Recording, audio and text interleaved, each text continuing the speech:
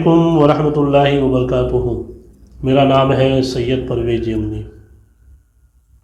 ہم لوگ ہر چیز کے اندر ہم نے دیکھا ہوگا کہ جب ڈرائیونگ بھی کرتے ہیں تو پہلے ہی بچے کو یا اپنے خود کو ڈرائیونگ سیٹ پر نہیں بیٹھ جاتے ہیں، پہلے سیکھتے ہیں۔ کوئی بھی کام ہو پہلے سیکھ لیتے ہیں، تو اسلام کے اندر ایسا کیوں نہیں کرتے ہم؟ کوئی بھی مسئلہ ہوتا ہے، نکاح کا ہے تو نکاح کے پہلے نکاح کے مسئلے ہم جان لیں، طلاق کے مسئلے جان لیں، نکاح کے اندر کیا کیا ہونے والا ہے۔ ماہ رمضان کا مقدس مہینہ شروع ہونے والا ہے تو اس سے پہلے روزے کے جو مسائل ہیں، تراویح کے جو مسائل ہیں، قرآن پڑھنے کے جو مسائل ہیں وہ سیکھ لیں۔ مگر زیادہ تر لوگوں کو دیکھا ہے کہ روزہ رکھنے کے بعد اگر کوئی پرابلم آ جاتی ہے اس کے بعد وہ مسئلے کو تلاش کرتے ہیں۔ ایک مسئلہ ہر سال لوگوں کے اندر، ذہن کے اندر یہ بھرا پڑا ہے، لوگ پوچھتے رہتے ہیں۔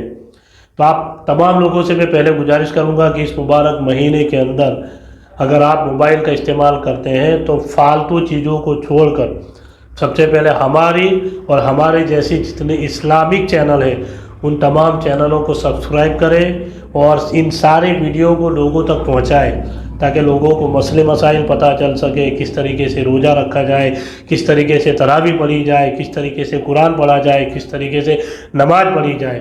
تو آپ تمام حضرات سے گزارش کروں گا کہ سب سے پہلے چینل کو سبسکرائب کر لیں اور پھر آپ کے دوست، آپ کی فیملیز، آپ کے جتنے بھی چاہنے والے ہیں ان تمام لوگوں کو اس ویڈیو کی لنک کو بھیج دیجیے آپ۔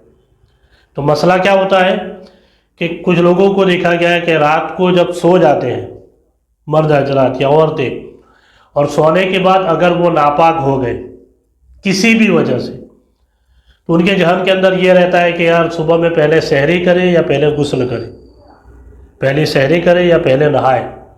کبھی کبھار تو وقت اتنا کم رہ جاتا ہے تو پرابلم کے اندر آ جاتے ہیں۔ کچھ لوگوں کو دیکھا گیا ہے کہ اگر ان کے اوپر غسل فرض ہوتا ہے یا واجب ہوتا ہے تو وہ لوگ روزے تک کو چھوڑ دیتے ہیں۔ تو سب سے پہلے تو یاد رکھنا، سحری کرنا یہ اللہ کے رسول کی بہت پیاری سنت ہے۔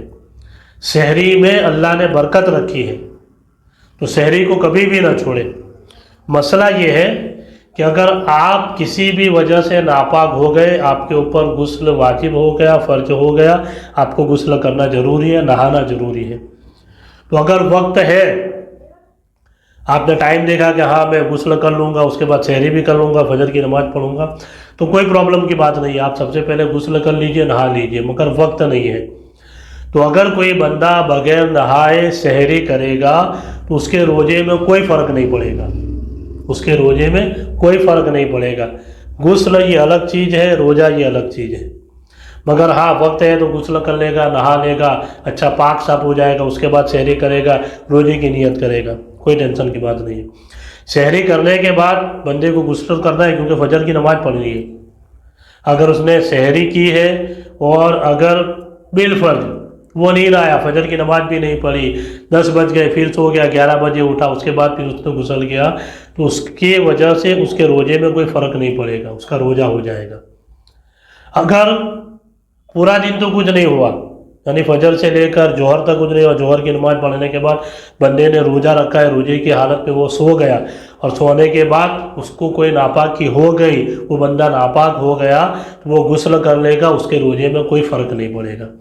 اس مسئلے کو ہمیشہ یاد رکھیں کیونکہ بہت ساری جگہ پر دیکھا گیا ہے کہ ناپاکی کی حالت میں کچھ لوگ غسل نہیں کرتے یا ٹائم نہیں ہوتا ہے تو وہ روزے کو بھی چھوڑ دیتے ہیں۔ تو یہ کام نہ کرے۔ اگر کوئی بندہ ناپاک ہے، ٹائم ہے تو نہا لے، غسل کر لے۔ اگر ٹائم نہیں ہے تو وہ بندہ اس ایسی پوزیشن میں اگر سحری کر لے گا تو اس کا روزہ ہو جائے گا، کوئی ٹینشن کی بات نہیں ہے۔ اللہ تعالیٰ کی بارگاہ میں دعا کریں الہ العالمین ہم سارے لوگوں کو صحیح طریقے سے دین اسلام پر چلنے کی نیک توفیق عطا فرمائے۔ السلام علیکم ورحمۃ اللہ وبرکاتہ۔